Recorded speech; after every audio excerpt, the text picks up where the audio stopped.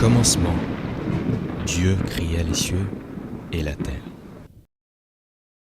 Ça y est, tout le monde est prêt. On y va. Oh, il marche avec nous. Tu marches avec nous.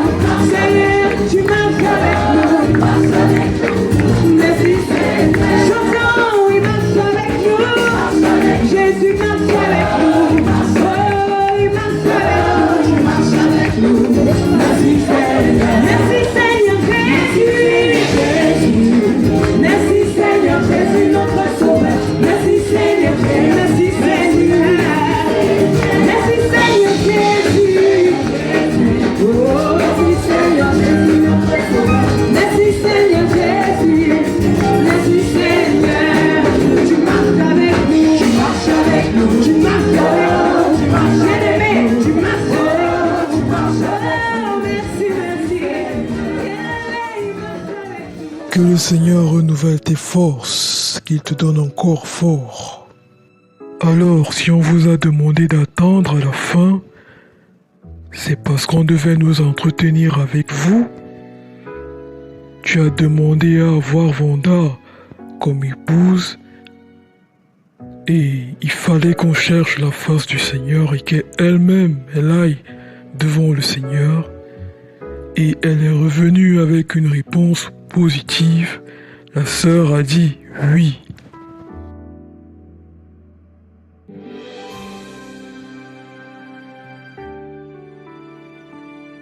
Ceci étant donc une étape très importante, nous ne devons pas rater ces virages. À ce niveau, nous allons vous donner ce qu'on appelle la période de familiarisation, c'est-à-dire où vous allez apprendre à vous connaître. Il y aura bien sûr beaucoup de restrictions pour qu'il n'y ait pas d'impureté. Mais pour commencer, vous allez d'abord venir à la retraite des couples et par la suite, nous allons vous dire comment est-ce que vous allez vous comporter pendant cette période de familiarisation. Mais je dois déjà vous dire une chose. Je ne veux pas entendre que vous vous êtes rendu visite. Je ne veux pas entendre « Ah, elle était venue me rendre visite chez moi ». Je ne veux pas entendre ce genre de choses. Et vous ne vous voyez pas dans des endroits où vous êtes seul. Je dis toujours dans les endroits publics. Est-ce que vous m'avez compris? Que ce soit bien clair. Vous ne vous voyez pas dans des endroits où vous êtes seul. Est-ce que c'est clair? Parce qu'après, je ne veux pas entendre les histoires. C'est compris, pasteur Philippe. Est-ce que Amadeo a compris ce que j'ai dit? Oui, pasteur. Ok, parce qu'après, je ne veux pas entendre les histoires. Oh, c'est monté. Oh, c'est descendu. Après la retraite des couples, nous allons encore nous asseoir avec vous pour vous dire comment exactement vous comporter pendant cette période.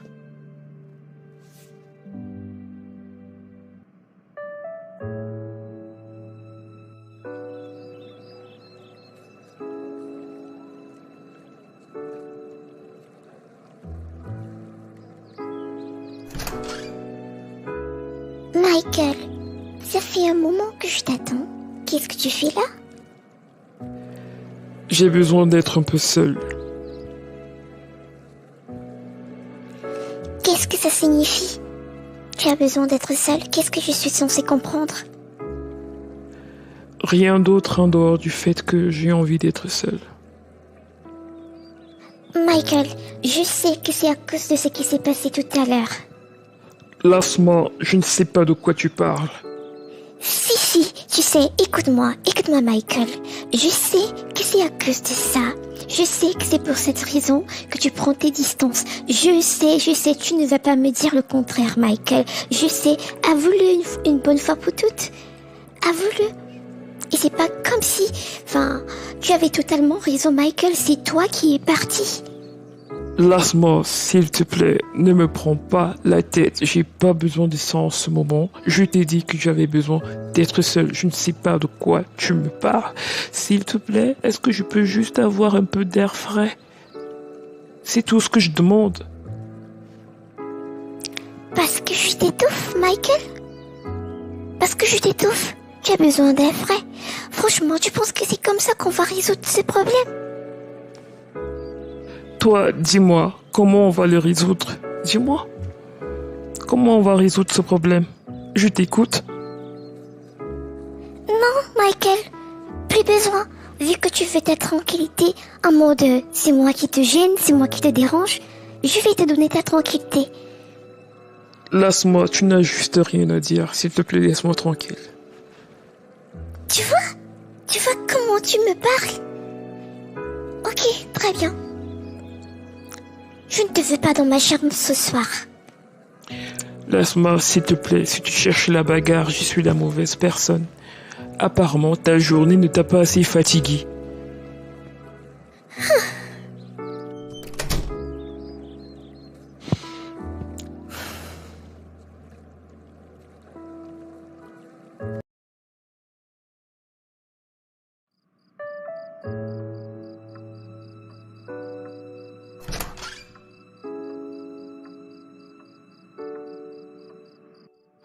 Ma chérie, s'il te plaît, je ne veux pas qu'on soit comme ça. Si tu ne veux pas qu'on soit comme ça, arrête donc de faire ce que tu fais. Laisse-moi, j'avoue que j'ai du mal à reconnaître cette jeune fille, cette femme merveilleuse que j'ai épousée. Je ne te reconnais pas, laisse-moi. Et ça me pousse vraiment à me poser des questions. Tu n'étais pas comme ça. Laisse-moi, je sais que je ne suis pas parfait, mais je fais tout pour que tu sois bien, pour que tu sois heureuse. Mais je ne comprends pas ce qui t'arrive. Tu es devenue totalement différente. Laisse-moi. Aide-moi à te comprendre. Tu sais, Michael, chaque fois que ça ne va pas, il faut que tu renvoies la faute sur moi. C'est tout le temps comme ça. C'est tout le temps. Quand ça ne va pas, c'est forcément laisse-moi. Michael, qu'est-ce que toi tu fais? Ok, laisse-moi. Dis-moi, qu'est-ce que je fais de mal? Et je te promets que je vais arranger, je vais m'ajuster. Dis-moi, qu'est-ce que je fais qui te rend ainsi, qui te rend... Dis-moi, laisse-moi. Je t'écoute, laisse-moi. Vas-y, dis-moi. Je veux que tu me dises, laisse-moi. Je veux réparer là où je fais mal.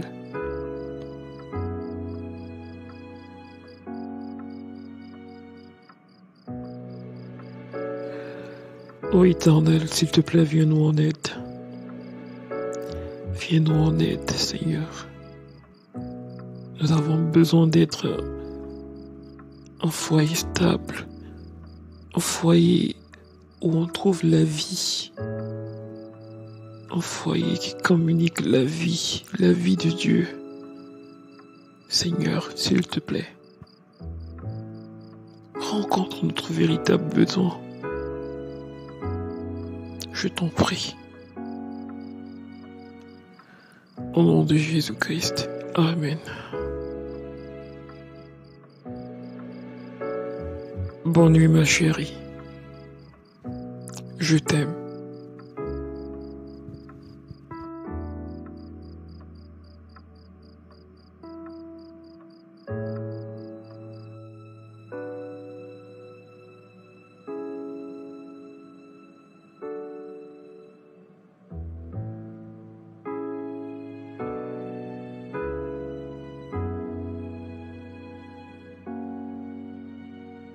Ça va? Je rends grâce à Dieu, je suis juste fatiguée. On a eu une lourde journée. C'est fini maintenant. On est installé. J'espère que votre nouvelle maison vous plaît, Madame Rouchal. Beaucoup. Elle me plaît énormément. Merci, Monsieur Rouchal.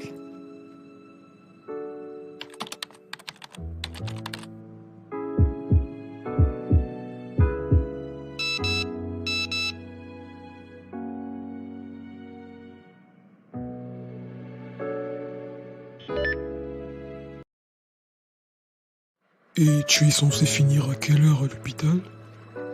Je ne mettrai pas long, juste 1 heure ou 2, je pense, le temps de finir avec ma patiente. J'espère ne pas rater beaucoup de choses. Cette retraite est vraiment critique pour nous et pour le frère Philippe.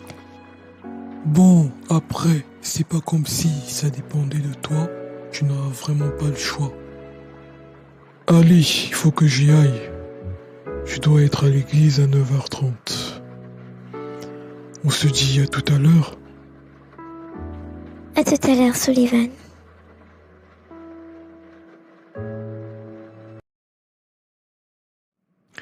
Gloire à Dieu, soyez tous bénis au nom de Jésus-Christ. Si nous sommes ici aujourd'hui, c'est par rapport à notre retraite des couples. Comme nous l'avons annoncé déjà il y a quelques semaines. Donc, je te souhaite la bienvenue à cette retraite. Tourne-toi à gauche et à droite, salue ton frère, dis-lui que tu l'aimes de l'amour du Seigneur. Bonjour Michael, je t'aime de l'amour du Seigneur.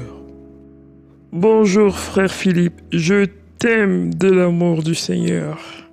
Bonjour Emma. Je t'aime. Mais pas seulement de l'amour du Seigneur. Bonjour Jose. Merci. Bonjour Maddy.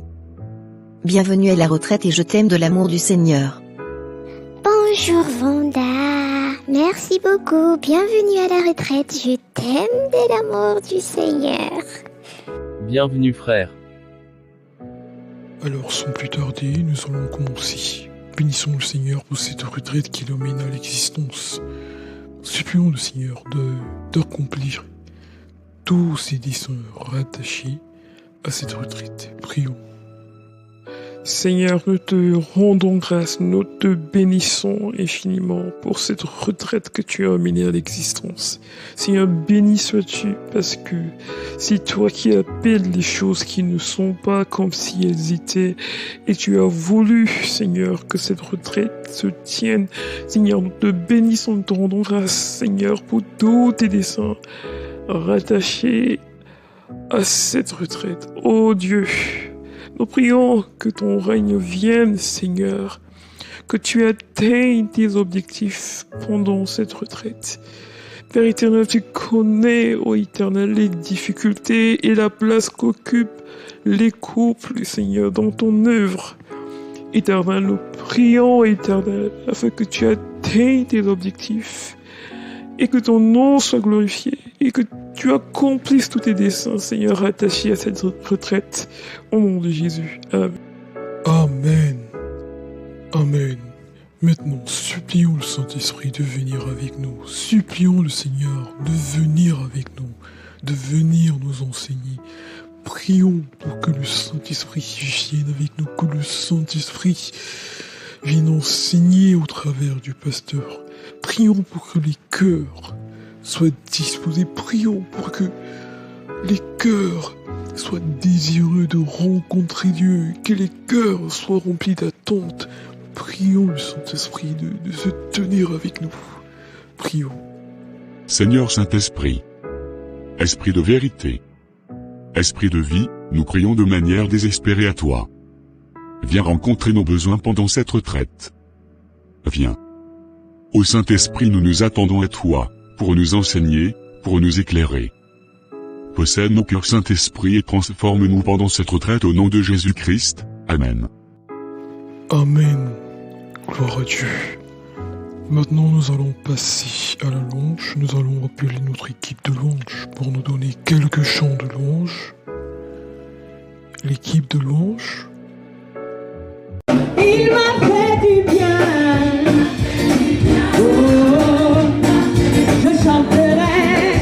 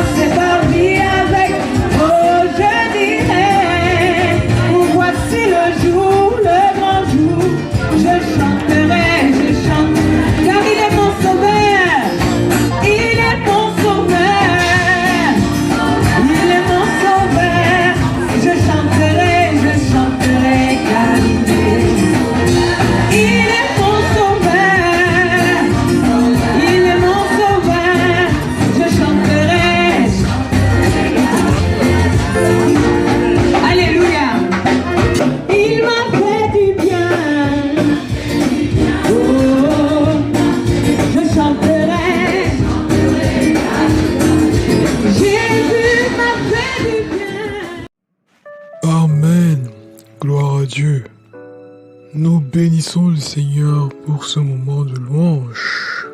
Que la gloire et l'honneur reviennent à l'Éternel. Amen. Ok. Nous allons rentrer dans notre retraite. Ce ne sera vraiment pas une retraite de manière formelle en tant que telle. Ce sera vraiment de manière très relaxe. Cette retraite, c'est pour les couples, pour les personnes mariées ou pour les personnes en voie de se marier. Madison et Raphaël, vous allez bientôt vous marier aussi?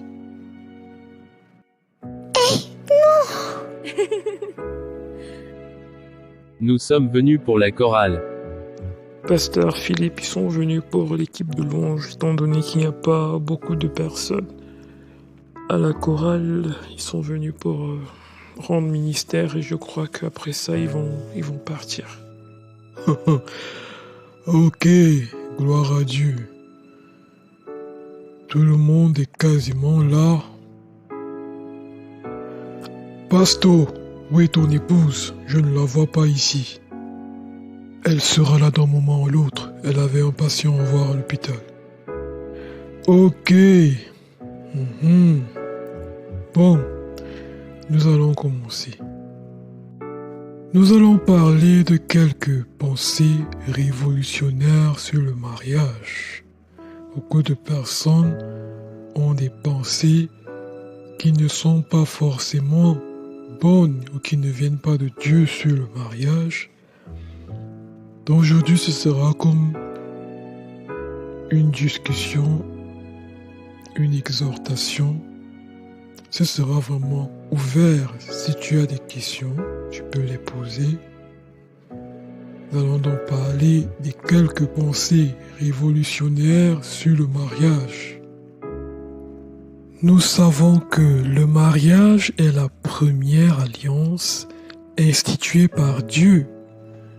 C'est pourquoi l'homme quittera son père et sa mère et s'attachera à sa femme et les deux deviendront une seule chair. Genèse 2, verset 24. Le mariage a donc été institué pour rencontrer les besoins de Dieu. Le besoin d'un conjoint s'est posé parce qu'il y avait une tâche. L'homme avait une tâche et il lui fallait une aide convenable. Cette tâche, c'était l'œuvre de Dieu, cultiver le jardin et le garder. Pour faire cette tâche, l'homme avait besoin d'une aide convenable pour l'aider à œuvrer pour le Seigneur, à accomplir la tâche du Seigneur. Au moins ça, c'est clair. Pensée 1. Considérons le cas d'une femme qui ne peut pas obéir à son mari. Le mari veut que quelque chose soit fait d'une certaine façon particulière. Soit elle ne le fait pas du tout, soit elle le fait comme cela lui semble bon. Aime-t-elle son mari? Elle pourrait dire qu'elle l'aime. Or, beaucoup de femmes qui font ce que leur mari interdit ou qui font de leur propre manière ce que veut leur mari se trompent en pensant que malgré ce comportement, elles aiment leur mari. La vérité est qu'elles ne l'aiment pas. Un amoureux fait tout ce que le bien-aimé veut exactement de la façon dont il veut que la chose soit faite. La chose doit être faite au moment où le bien-aimé le veut et pour la raison pour laquelle il le veut. L'une des plus grandes choses qui peuvent arriver à un homme, c'est que sa femme l'aide dans son ministère allant dans la même direction que lui.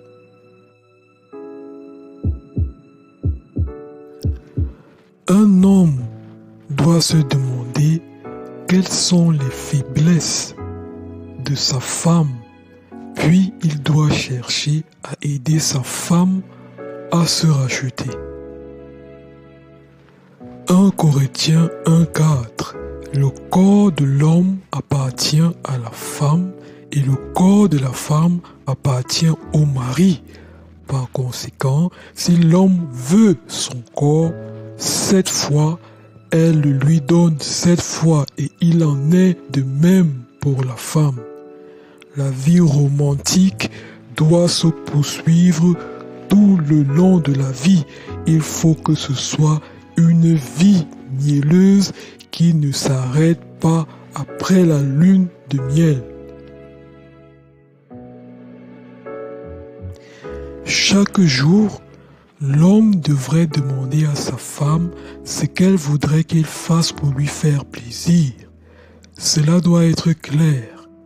Des problèmes précis doivent recevoir des réponses spécifiques. Il doit obtenir des détails et les noter. De la même manière, la femme devrait demander au mari « Que dois-je faire pour te faire plaisir? Que puis-je préparer pour te faire plaisir? Comment dois-je m'habiller pour te faire plaisir ?» Elle doit ensuite mettre ses habits à la maison pour plaire à l'homme pour qu'il les voie. Tu les mets à la maison pour lui quand il rentre au travail. La femme s'habille pour plaire à son mari. Elle lui offre le meilleur. Faut que je me trouve une place. Et l'homme s'habille pour plaire à sa femme. Il doit s'habiller pour plaire à son épouse. Si elle dit « Cette chemise est usée », il doit se débarrasser de cette chemise. Et si le mari dit « Je n'aime pas cette robe », elle doit se débarrasser de la dite robe. T'habilles-tu pour plaire à ton mari? Quand tu te querelles avec ta femme au sujet de l'argent, tu dois céder. Ta femme est la première personne que tu dois gagner.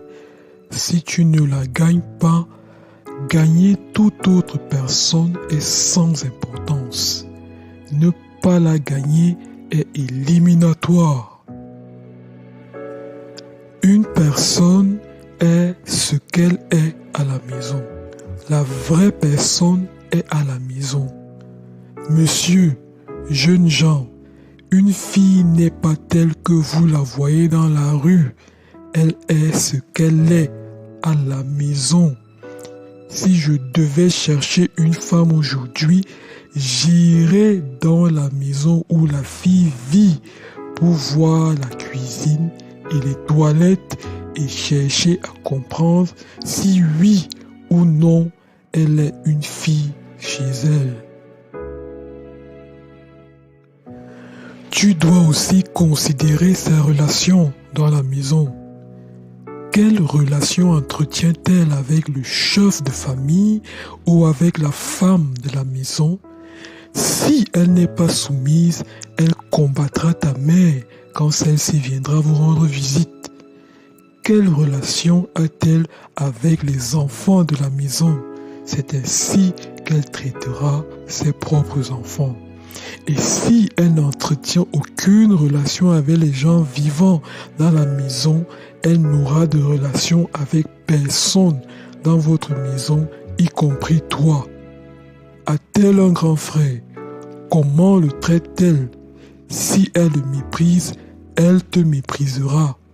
Comment traite-t-elle la femme de la maison dans laquelle elle vit? S'oppose-t-elle à son autorité? Elle s'opposera et combattra ta mère quand celle-ci viendra vous rendre visite et tes couvriers seront mis à mal. Les mariages qui réussissent ont un leadership clair. Se compromettre pour plaire à ton mari pourrait pousser Dieu à le rappeler à lui rapidement. Se compromettre pour plaire à sa femme pourrait pousser Dieu à la rappeler plus rapidement à lui. Et toi, fille, si tu veux épouser un garçon, cherche à savoir comment il traite sa mère, juste des relations superficielles de la même manière et avec aucune relation avec toi. Positif, si son cœur est dur, s'intéresse-t-il à sa mère, pas des relations avec les gens à la maison, mais qui pourvoit-il le besoin de sa mère à Washington, s'intéresse-t-il à elle, Jupiter, sinon tu deviendras bientôt sa nouvelle mère à la maison. Cherche à savoir si le garçon travaille à la maison. L'apparence cherche à plaire à sa mère. Personne ne doit épouser une femme qui te rende pas physiquement. Le mariage comporte un aspect sexuel. S'il n'en est ainsi, l'apparence physique est d'une grande importance. Personne ne déborde d'amour pour des boutons. S'il y a des boutons sur ton visage, enlève-les. La grosseur refroidit l'homme. Si tu ne touches pas ta femme au niveau spirituel, tu ne peux pas réellement la toucher au niveau physique. Sinon, tu devras pratiquer un certain genre de gymnastique animale. Jésus est la réponse. Jésus est la seule réponse pour les affaires maritales. Jésus est la seule réponse aux problèmes maritaux, aux problèmes sexuels. Si ton mari ne t'aime pas et ne veut pas de toi, tu en es responsable. Chacun est responsable de l'attitude de son partenaire envers lui. Si tu as revêtu un caractère qui le refroidit, tu en es responsable. Si ta femme ne t'aime pas et ne veut pas de toi, tu en es responsable. Chacun est responsable de l'attitude de son partenaire envers lui. Si tu as revêtu un caractère qui l'a refroidi, tu en es responsable. As-tu jamais béni ta femme? As-tu jamais béni ton mari? As-tu jamais eu une session de bénédiction pour ta femme? As-tu jamais eu une session de bénédiction pour ton mari? Avez-vous jamais eu une session de bénédiction pour vos enfants? As-tu jamais eu une session de bénédiction pour ton ami? As-tu jamais eu une session de bénédiction pour la personne que tu aimes? Plus un enfant est difficile, plus cet enfant a besoin de bénédiction. Plus une épouse est difficile, plus elle a besoin de bénédiction. Un homme et sa femme peuvent savoir s'ils aiment l'argent, s'ils ont des conflits au sujet de l'argent, au sujet de ce qui en est fait, à qui il est donné. S'il n'y a pas d'harmonie dans les finances, même s'ils donnent au Seigneur de manière sacrificielle, ils aiment l'argent. S'ils ont le moindre désagrément à propos de l'argent, tous les 6 mois, l'amour de l'argent est là. L'habillement. La femme devrait s'habiller dans le but de plaire à son mari. Si ton époux rencontre des filles, des femmes bien habillées et qu'il voit son épouse mal habillée, si ta femme est mal habillée, fais quelque chose à ce sujet. J'entends, oh, il marche avec nous.